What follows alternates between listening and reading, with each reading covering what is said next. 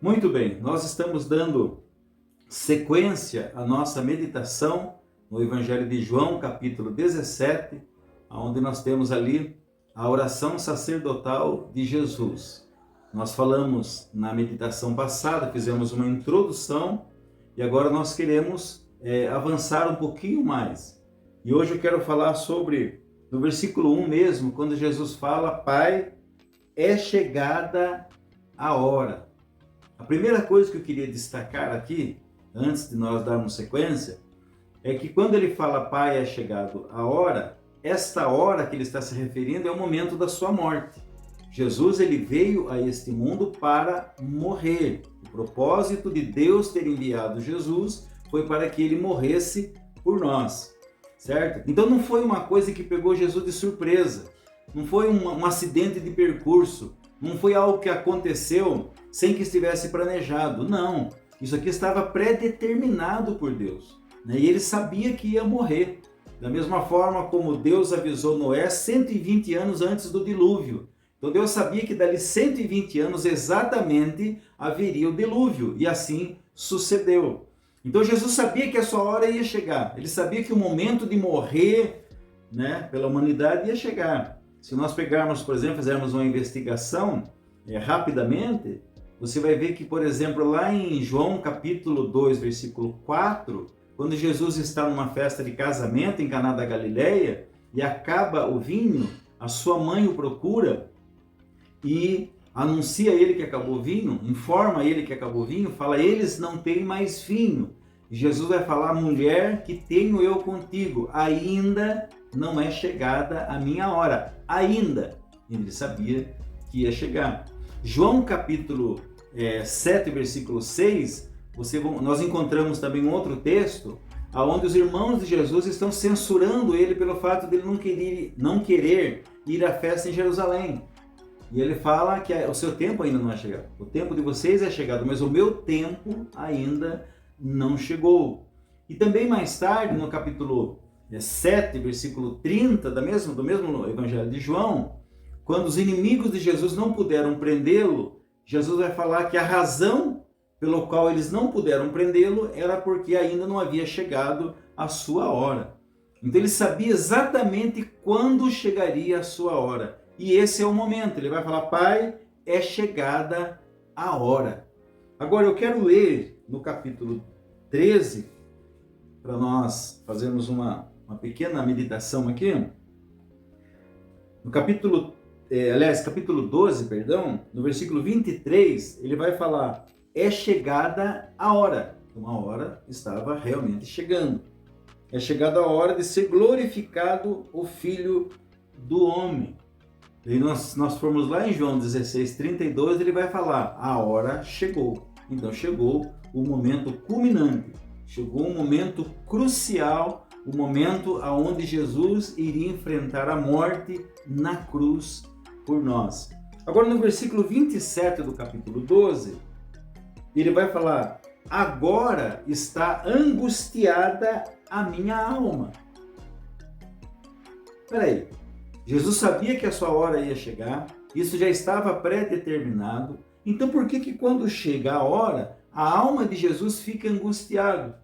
Será que Jesus estava com medo da morte física, da dor da crucificação, dos ferimentos que o seu corpo iria suportar? Não. Isso é algo absolutamente impensável, porque se Jesus, quando chega o seu momento de morrer na cruz, ele vacila, chega o momento de morrer na cruz, ele se acovarda, ele tem medo de passar por isso, ele está se colocando até menos que os seus mártires que morreram por ele, tiveram mortes terríveis por ele, foram crucificados por ele, foram na fogueira por ele, né? Então não seria isso. Mas então por que está angustiada a alma de Jesus, ele fala? E depois ele faz uma pergunta retórica, né?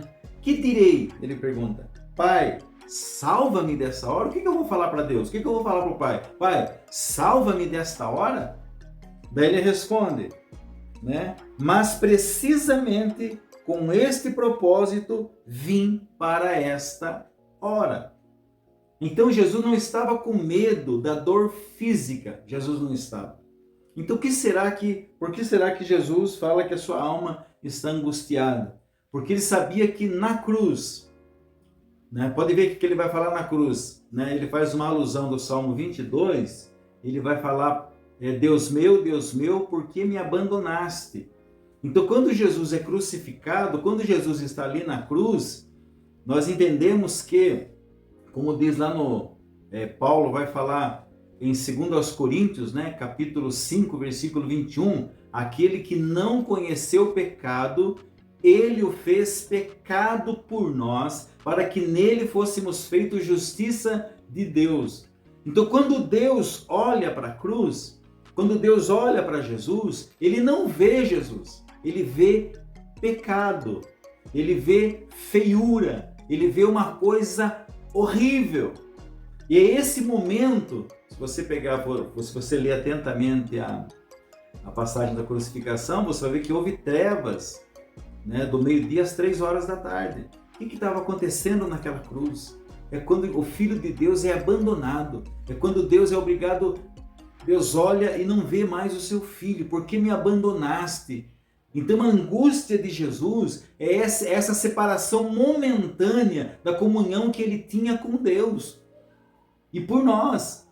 Então Deus olha para Jesus na cruz e ele vê pecado, ele vê todo o horror do pecado, toda a ira de Deus é colocada sobre Jesus na cruz, ele está morrendo por nós ali, ele está levando todos os nossos pecados, todas as nossas culpas, todas as nossas maldições estão sobre ele naquele momento. E ele está pagando o preço por nós, morrendo por nós. Então é nesse momento que a alma dele se angustia. A ideia da separação do Pai é que faz com que a alma de Jesus se angustie.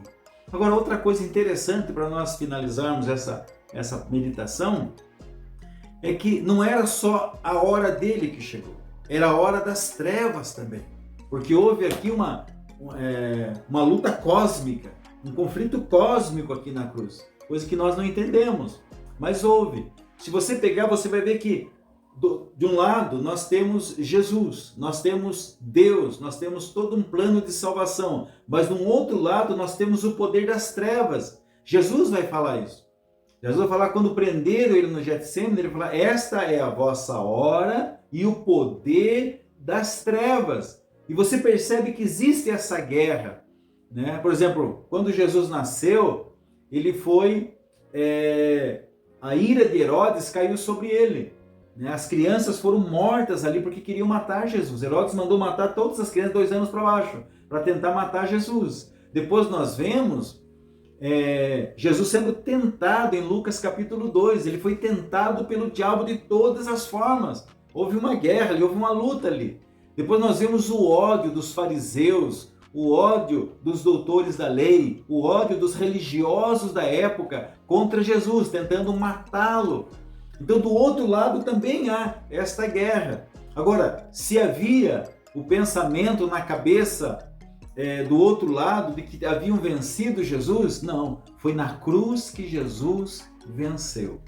Né? Quando Jesus ressuscita, né? Quando Jesus se levanta dentre os mortos, isso é uma confirmação de que ele havia conquistado a vitória na cruz do Calvário. É na morte de Jesus que eu sou salvo. É na morte de Jesus que eu sou liberto. É na morte de Jesus que toda a condenação que pairava sobre mim é removida. Então nós precisamos crer. Por exemplo, se Jesus falhasse nesse ponto, todo o ensinamento dele não teria validade nenhuma. Se Jesus, podíamos ter todos os ensinamentos dele, poderíamos ter o Sermão do Monte, poderíamos ter seus milagres, poderíamos ter seus exemplos, de nada disso valeria se ele tivesse falhado nesse momento de morrer por nós, porque havia necessidade de que alguém morresse por nós. Quando eu creio nessas coisas, quando eu aceito essas coisas, que ele morreu por mim, que ele pagou o preço por mim, então eu sou salvo. Mas quando eu não aceito isso, quando eu não entendo isso, toda a ira de Deus que caiu sobre o corpo de Jesus vai cair sobre mim, porque eu não aceitei o sacrifício de Jesus por mim na cruz do Calvário. Então, Pai, é chegado o grande momento, é chegada a hora. glorifica o teu filho, para que o teu filho glorifique a ti.